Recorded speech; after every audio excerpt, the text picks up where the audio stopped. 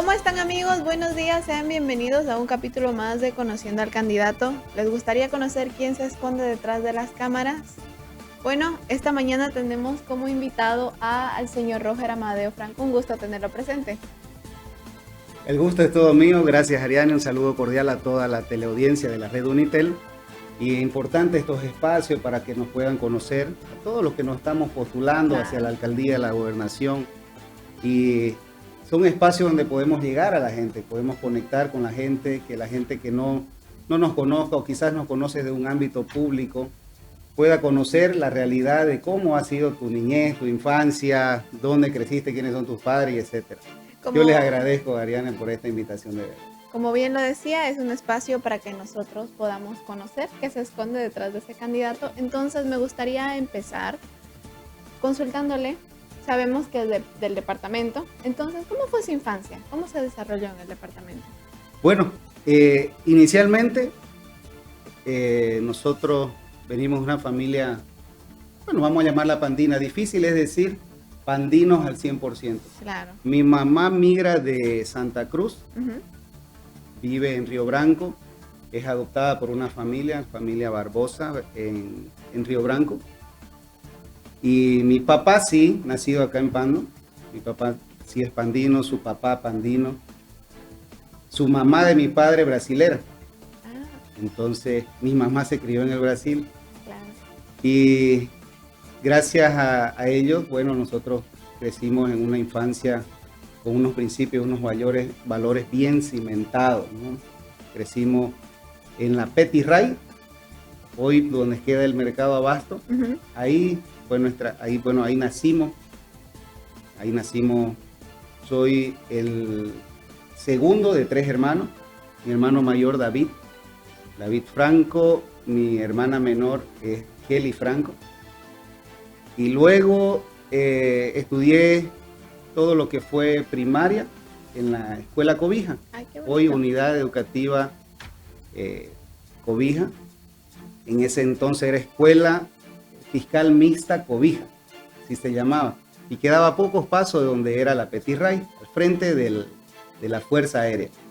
Crecimos ahí prácticamente con los militares, porque ellos habían viviendas de militares. Claro. Y crecimos de esa manera. Yo queriendo ser militar, me recuerdo bien que cuando sonaba la trompeta a muy tempranas horas, yo me levantaba. Como que se influía un poquito de qué quería hacer. Yo me levantaba y me ponía al frente. Mi mamá me recuerdo que me regaló hasta una gorrita de militar. Y ella hacía brigadeiros para vender. Hacía brigadeiros y nosotros íbamos y le vendíamos a los suboficiales, a los sargentos, a los tenientes y hicimos buena amistad. Hasta ahora mantenemos amistad con muchos de hijos de militares que se han quedado ya a vivir acá, han puesto sus negocios, han estudiado aquí y bueno, muchos están ejerciendo su profesión acá. ¿Podría decirse tal vez que vivir cerca de una parte militar influyó algo en su personalidad? Bastante, influyó bastante porque el carácter de un militar es de orden. Diferente. El carácter de un militar es de orden, de precisión. Entonces yo quería ser militar. Me gustaba ese tipo de vida. Sí, me gustaba, sí. Y en la parte de familia, ¿qué valores considera que le ha transmitido o ha buscado transmitirle a su familia que siguen hoy en pie? Mire, el valor fundamental. No mentir, temer a Dios, sobre todas las cosas temer a Dios. Fue algo que nos ha inculcado nuestros padres siempre. Y ha sido uno de lo que nos ha llevado a tener éxito en nuestra vida, ¿no? El poder temer a Dios, el poder saber y conservar los valores de la familia para poder nosotros transmitir eso también. Y bueno, los principios que uno adquiere en casa, creo que no los adquirí ni en el colegio, ni en la escuela, ni en la universidad. Es la primera enseñanza, la mejor herencia que nos pueden dejar nuestros padres, es cómo nosotros también podemos formar a nuestras familias, a nuestros hijos, ¿no? A través de esos cimientos sólidos que ellos te puedan transmitir, el trabajar, el no esperar de que las cosas te caigan del cielo, sino más bien esforzarte, trabajar, luchar por tus sueños, luchar por lo que querés. Y esto ha sido alguna de las cosas que que mi padre siempre nos decía, no te metas en política, no se metan en política, porque la política no es buena. La política está contaminada y contamina. Eso le decía a su papá. Siempre, siempre, porque mi papá fue concejal, él fue el primer consejo municipal que hubo en Cobija. Mi papá fue parte de ese consejo municipal. Entonces él entró en la arena política, trabajaba, pero siempre había estas cositas malas que trae la política y que lo fue decepcionando, y él se fue apartando y fue apuntando a otro tipo de vida, de otro tipo de preparación para salir adelante. Pero básicamente él siempre me decía, no, no es bueno. Ahora él me dice, sí hay que entrar, porque se necesita personas con principios, con valores, con preparación para sacar adelante nuestro departamento, que al final de cuentas, sin ir muy lejos, mucha gente se está yendo de Cobija, se está yendo de Pando, porque por la situación como está, tanto económica, y la situación que vivimos en Cobija. Perdón. No, adelante. Y si hablamos un poquito ya de usted niño, ¿cómo podría describirse? Siempre encerrado en mi cuarto, tratando de no tener, jugaba con mis amigos, todo, pero siempre eran mayores, Yo era muy chiquitito, yo vine a desarrollarme, crecer después de los 14 años. Sí, 13, 14 años. Me decían hasta pulgarcito, con eso te digo todo. Nosotros, antes la función pública era así, gobernaba un partido 5 años, y luego cambiaba otro y despedían a la gente que trabajaba. Entonces mi padre en esa faceta compró algunas motocicletas, y nosotros como hermanos, mi hermano David y yo, alquilábamos motos. Ah, qué interesante. ¿Sí? En la plaza principal era primero. Ya. Ahí se alquilaba moto cuando la plaza todavía se circulaba. Más gente. Sí. Entonces, luego de ahí, las autoridades que ingresaron nos retiraron, y se fundó acá que hoy todavía alquilan, la 9 de febrero. En la 9 de febrero hay dos paradas. Ahí nos vinimos y me decían pulgarcito porque era chico. Y después también me decían hambrito. Hambrito es por hambre. Y ahí en la parada nos decíamos de que quién era más hambre para poder captar el cliente. Claro, ¿quién Y como yo era un poquito muy tímido, por eso lo de la política nunca fue algo para Roger. Claro. Nosotros, sí, nada, siempre muy tímido, broma, ¿no?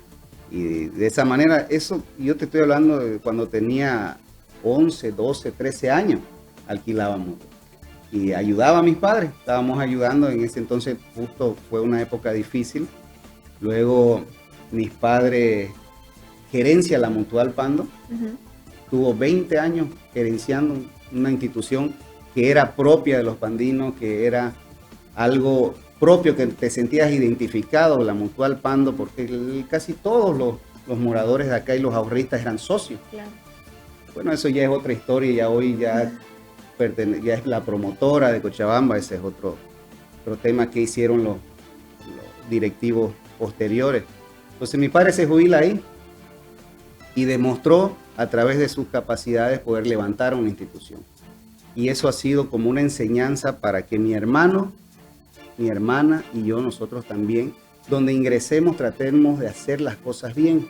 Entonces podría decirse que su padre fue una persona que lo inspiró a hacer lo que... La mayor inspiración es de casa, de mi papá y de mi mamá. Mi mamá, una mujer muy trabajadora.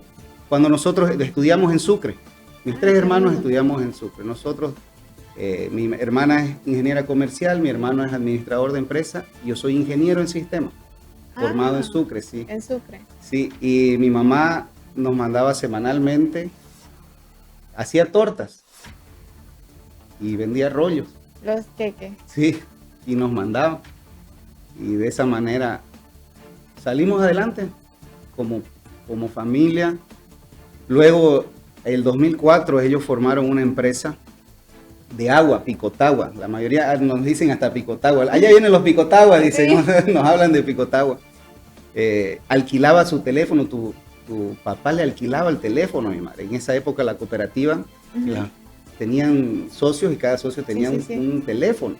Y tu papá, cuando recién era Unitel, me recuerdo bien, en la Fernández Molina, le alquilaba el teléfono. Hasta ahora se acuerda tu papá, sí. Le voy a preguntar. Sí, sí, todavía la gente después llamaba al número y decía, ¿Unitel? ¿Unitel? Claro. Sí, entonces, moviéndose de todo. Mi mamá, hoy todavía mi mamá sigue batallando. El otro día tuvo un accidente por querer ayudar en una de las maquinarias, un accidente en la mano. Y ella hasta ahora sigue trabajando. Entonces, lo que nos ha inculcado es que nunca nosotros nos quedemos parados, siempre trabajando. Mi hermana la vas a ver acarreando agua por todo Cobija. A veces no vienen sus trabajadores y ella sube los botellones en su moto con su hijo Nandito, agarra un botellón a un lado y se va a entregar para no fallar a los clientes. Y así ya tenemos la empresa muchos años. Y todos conocen. Más de 20 años creo la empresa ya generando empleo y por supuesto las condiciones para que también salgamos adelante como familia. Entonces, usted me menciona que estudió su universidad en Sucre. Sí. ¿En qué colegio salió aquí? ¿En el Cobija o se cambió de colegio? En el Cobija estudié hasta quinto básico, que era en ese entonces. Luego hice primero intermedio en la América. Tengo amigos también de la América. Yo salí de ahí. Y luego ya de segundo intermedio hasta cuarto de secundaria, que era en ese entonces, salí en el Amerins, en el Instituto Americano. ¿Y por qué decide estudiar esa carrera e irse también? Primero porque lo que quería estudiar era odontología. A mi papá lo crió el doctor Orlando Suzuki, era un odontólogo, de los pocos odontólogos que habían acá. Mi papá lo crió él, esa familia, y era odontólogo. Entonces mi papá estudió mecánica dental, entonces él hacía las placas. Como que influenció a usted. Y yo siempre lo visitaba, lo ayudaba, lo cooperaba pasándole algún instrumento y cosas así. Y de esa manera me fui con esa perspectiva de odontología. Cuando llego a Sucre, me doy cuenta de que habían estas otras alternativas que me identificaban más, la tecnología, apuntando a la tecnología ya con una visión de futuro. Y en ese momento era la carrera del momento, era la carrera del futuro. Allá todo se hablaba de ingeniería en sistemas informáticos. Tenía amigos que habían salido ya profesionales de esa carrera y les estaba yendo muy bien, entonces decidí cambiar ese rumbo, estudiar ingeniería de sistemas, lo cual hoy no me arrepiento porque a través de esos conocimientos pude ejercer mi primera función pública, que fue en el Ceresi. Como jefe de archivo, fue la primera función pública. A través de esa carrera también pude dar docencia universitaria. Me formé, hice un diplomado en educación superior, luego una maestría para también poder aplicar la tecnología en la educación. Y dentro de esas experiencias laborales, ¿cuáles fueron las que más le enseñaron y que más le marcaron? Desde todo punto de vista, la primera que fue en el Ceresi, porque fue el inicio. O sea, ahí fui entendiendo, y es una institución bien disciplinada, con horarios de salida, con marcado, mi jefa era la doctora Lilian Núñez, una señora, una profesional pandina muy destacada y bien correcta, ella siempre nos inculcaba y vamos aprendiendo cosas, ¿no?, de las personas que hacen las cosas bien. Luego tuve la oportunidad y la invitación del ex alcalde Gati Ribeiro para ser director de ingresos municipales. Con Gati nosotros teníamos una amistad muy buena cuando él jugaba fútbol. Vivía en Potosí y yo en Sucre. Entonces, como la distancia era como de 2 horas y media, entonces él iba a Sucre y teníamos una relación de amistad muy buena. Entonces él, cuando sale electo alcalde, me pide de que yo lo acompañe en esa dirección que iba a ser fundamental para su gestión. Era una institución bien delicada, necesitaba tener una persona de confianza. Me invita, yo renuncio al Ceresi y desempeño ya una función pública en el gobierno municipal. En la alcaldía estuve desde junio del 2015 hasta febrero del 2017.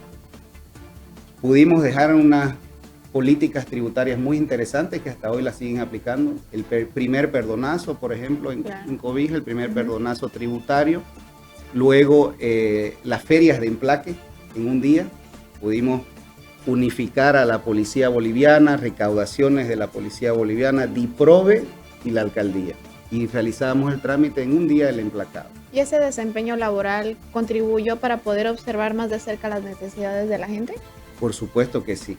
Nosotros hacíamos una feria que le llamábamos Cultura Tributaria en tu barrio y visitábamos diferentes puntos.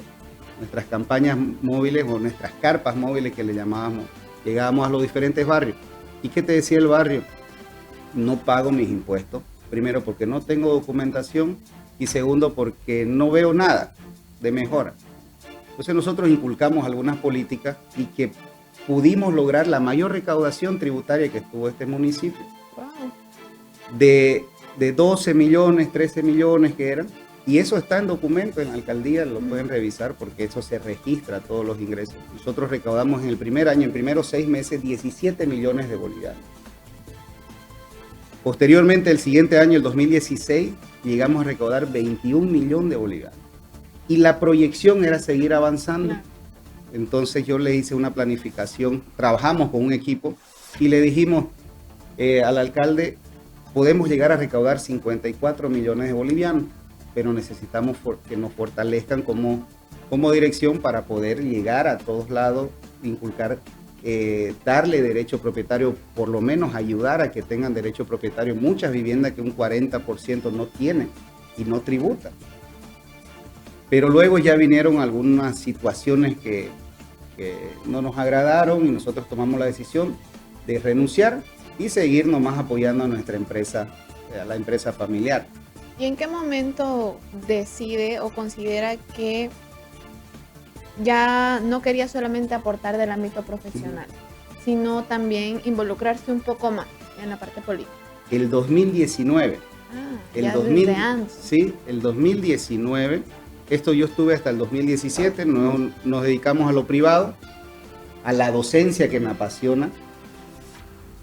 Estuvimos en la docencia universitaria 2 años, luego hubieron cambio de autoridades y naturalmente, ¿no? Claro.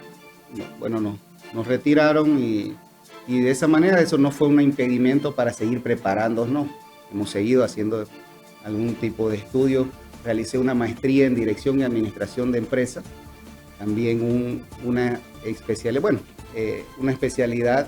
en Alta Dirección Empresarial, porque nos hicimos cargo con mis hermanos, nos hicimos cargo de la empresa, entonces me fui capacitando de esa manera.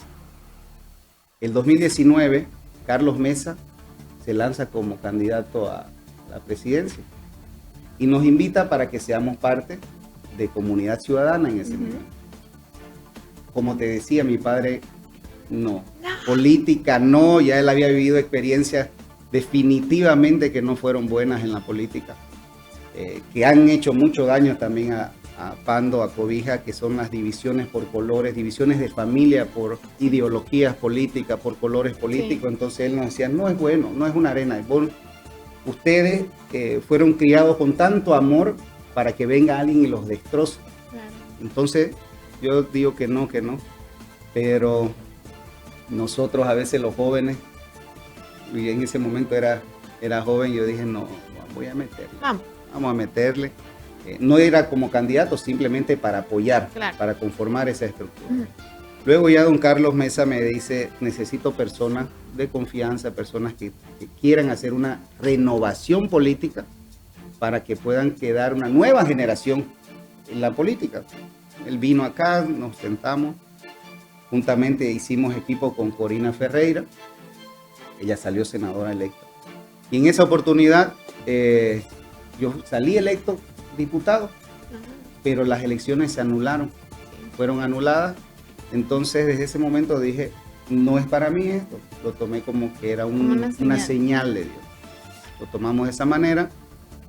Luego apoyamos a Corina con Comunidad Ciudadana, ya salió electa, senadora, y luego se vinieron las subnacionales.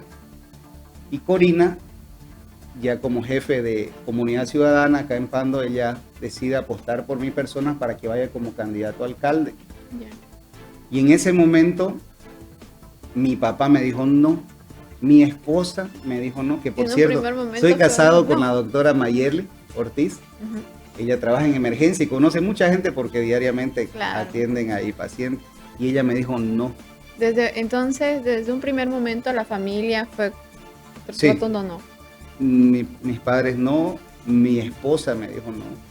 Y a veces uno tiene que aprender a escuchar a la familia, ¿no? Porque es como que la conexión que viene Dios, familia. El vínculo, y bueno, uno, si me preguntan del Roger de hace 5 años a este Roger, yo te digo, aprendí a escuchar. Porque esa ha sido una de las cosas que me ha llevado a cometer muchos errores en la vida, de no saber escuchar. Dios nos habla a través de las personas más cercanas, de las personas que te aman. Entonces cuando tus padres, cuando tu mamá, tu abuela, tu esposa, tus hermanos te dicen algo, es porque han sentido y porque te aman. Entonces decidí entrar en carrera. Nos pintaron una cosa diferente. Llegado el momento se miró mucha traición por parte de los aliados políticos. Ahí fui dándole la razón a mis padres y le dije, sí, papá, tenías toda la razón. Claro. Fuimos muy lastimados. Me postulé como alcalde el 2021. Salí tercero con una votación de más de 4,000 votos.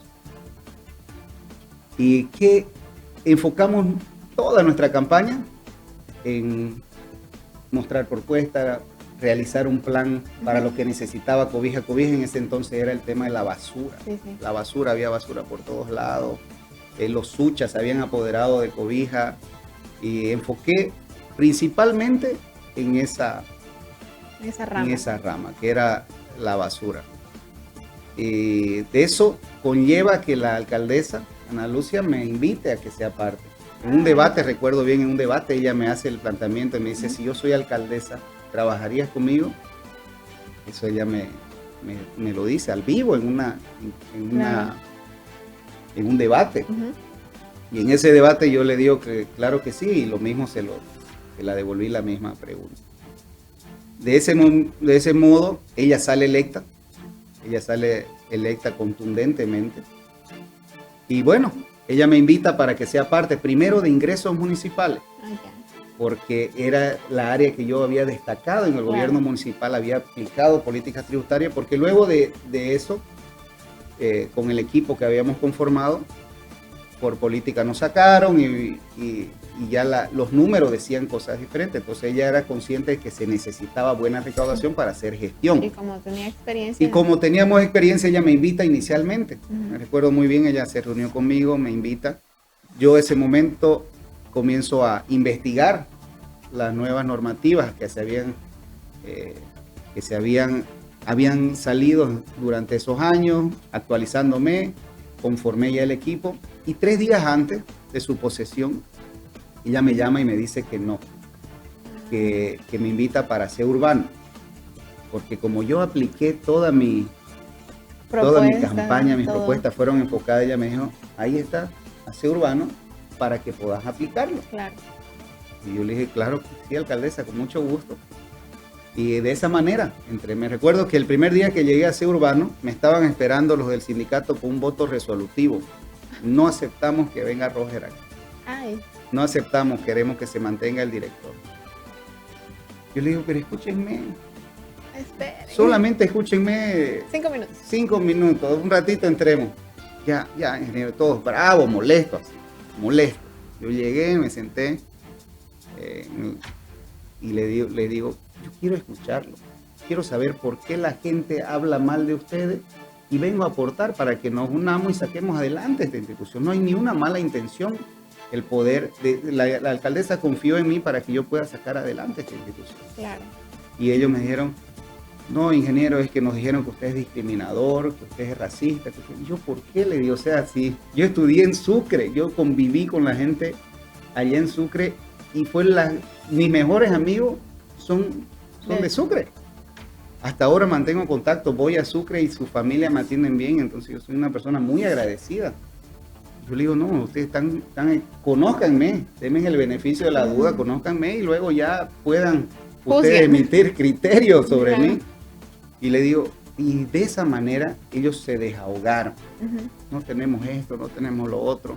La gente nos insulta, nos dicen que somos flojos, pero miren, aquí no tenemos nada, ¿con qué vamos a salir a trabajar? Mire el almacén vacío, mire nuestras condiciones, los sueldos nos pagan después de meses y todo eso.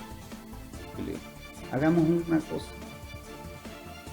Gestiono para que todas estas demandas que ustedes tienen las podamos solucionar. Y ustedes hacen el trabajo. Claro. Unamos esfuerzos. ¿Qué les parece? Ya está bien, vamos a ponerlo a prueba, me dijeron. No se preocupen, ¿cuáles son las demandas principales? Y ahí anoté, me recuerdo bien, era un cuadernito azul y comencé a anotar, porque todos comenzaron a hablar y a decir qué necesitaban y cuáles eran sus condiciones. Hablé con la alcaldesa y le dije, alcaldesa, bueno, usted me dijo que iba a brindarnos las condiciones. Hablé con los concejales, porque era fundamental de que haya una unidad entre consejo y ejecutivo para que podamos nosotros levantar la institución. Armamos un equipo muy bueno y sacamos adelante ese urbano. Ni un año le dejamos de dotar de su material. Ni ropa de trabajo, ni ropa de lluvia, herramientas. Pudimos adquirir los 2 camiones nuevos, arreglamos los que estaban fregados afuera. Alquilaban con más de 300.000 bolivianos mensuales. Alquilaban vehículos, pero no brindaban buen servicio porque no les pagaban también puntual a estos vehículos y no había un buen servicio. Entonces fuimos detectando los problemas. Desde afuera, como candidato, yo miraba otra situación. Desde adentro me di cuenta cuál era la problemática real, ¿no? Entonces, tomando esa experiencia previa que usted ya tenía, tanto de dirigir, pero también de haber sido un candidato antes, ¿por qué decide ahora lanzarse para ser candidato a la alcaldía? Y ahí va, como nosotros, como 4 años y medio, nunca nadie aguantó en esa institución tanto tiempo. ¡Wow! Nunca nadie. Y quienes me impulsaron fue esa misma gente. La gente de Aseo Urbano. Y yo terminé, salí, me despedí de ellos. Ellos no querían que yo renuncie, pero ya era necesario. Yo le quité mucho tiempo a mi esposa todo este tiempo. Nosotros no hemos podido tener hijos. Hemos tenido 2 pérdidas y estamos en un proceso de adopción para que podamos adoptar. Entonces, ya mi esposa me dijo, está bueno, mucho le dedicas, porque en Aseo Urbano es así, 5 de la mañana empieza y no hay hora de finalización, tenés que buscártela para que hayan las condiciones, para que ellos tengan todas las condiciones, trabajen y es sacrificado, es una labor que solamente quien está adentro la puede vivir. Es una prueba de fuego, para quien quiera ser alcalde debería pasar por Aseo Urbano y vivir las cosas como son. Porque la basura es un trabajito fregado. Pero bueno, ellos me inspiraron. Claro. Ellos me dijeron, solo lo vamos a dejar renunciar si usted va a ser el próximo alcalde. Si se va de candidato. Yo le dije, no, yo ya dije no más política. Ya decidí. Es más, durante toda esta gestión mucha gente me decía, pero aprovechá Aseo Urbano y hacer política. La misma alcaldesa siempre me decía, no dejé, no hay liderazgo en COVID. Yo le decía, no, alcaldesa. No puedo aprovecharme de una institución donde estoy recibiendo la confianza de usted, que por cierto voy a ser agradecido siempre porque a través de eso ella me permitió demostrar de que sí se pueden hacer las cosas bien, demostrar de que hay voluntad, hay capacidad para administrar. Y les dije a ellos, no es la intención. Pero ellos me dijeron, no, ingeniero, nosotros vamos a trabajar para que usted sea alcalde. Luego ya me visitan unos amigos, el doctor Puni Murakami, me visita y me dice, Roger, yo hice hoy día un posteo, me dice, no voy a lanzarme a la alcaldía, pero quiero apoyarte. Claro, anímate, me dice. Sí, anímate. Luego llego a mi iglesia y el pastor me dice, Roger, es tiempo de que los hijos de Dios, los temerosos de Dios, asuman roles importantes en la administración de este departamento, del país. Y me dice, metámosle, y también fue otro apoyo, el apoyo espiritual fundamental. Y dijimos con mi esposa, vamos a entrar en un proceso de ayuno para ver si es su voluntad de Dios, para que nosotros sigamos el camino. Porque ya fuimos duramente lastimados en 2 elecciones, una se anuló y la de la alcaldía, que nosotros dimos todo nuestro esfuerzo Claro. y al final no se dio. Ujú. Pero también entendimos que no era su momento, porque no había una madurez política, una madurez espiritual, y no era el momento de Dios. Dios tiene sus momentos marcados y el tiempo que Él decide para que seas autoridad. Entonces nosotros entramos en ese proceso de ayuno, oración, y Dios nos fue abriendo las puertas. Dejamos todo en manos de Dios. Si es su voluntad, se van a abrir las puertas. Si no, se cierran. Me invitaron muchas organizaciones políticas y siempre escuchando lo mismo, lo tradicional. Son nuestro candidato, pero esto de aquí. Pero ponemos esto, pero ponemos lo otro. Ujú. O si no, sí, estás bien en las encuestas, sos el que está mejor posicionado, pero tal persona es mi pariente y vos vas de segundo, vas de Claro. concejal, pero vas a tener todo, o sea, todo negociado, Ujú. todo lo que le ha hecho daño a Cobija, todo lo que le ha hecho daño a nuestro departamento y al país, las ideologías marcadas. No, nosotros vamos a ir solo con una, derecha, derecha, derecha, con el otro solo izquierda, izquierda, izquierda. Y venían los otros de la parte del gobierno a invitarnos y nos decía, sí, pero los concejales lo ponemos nosotros, o que te damos esto, pero aceptá. Yo decía, no, no es por ahí. No me sentía cómodo en ninguna de las invitaciones. Le decía a mi esposa y al equipo que tenemos, les compartía de que no decidí, no siento que es por ahí. 11 de la noche me llama un amigo, Celso Lora, me llama y me dice, Roger, ¿podés venir un ratito a la Federación de Campesinos? Yo le dije, Celso, te cuento de que, sí, es de política, ¿no? Sí, hermanito, pero te va a convenir venir. No, le dije, porque ellos iban de candidato, lo del sector campesino, con una fuerza política. Ya. Y ellos ya le habían dicho a esa fuerza política que iban de candidato, se hacían el acuerdo, pero si era yo el candidato a alcalde. Y esta fuerza política le dijo que no.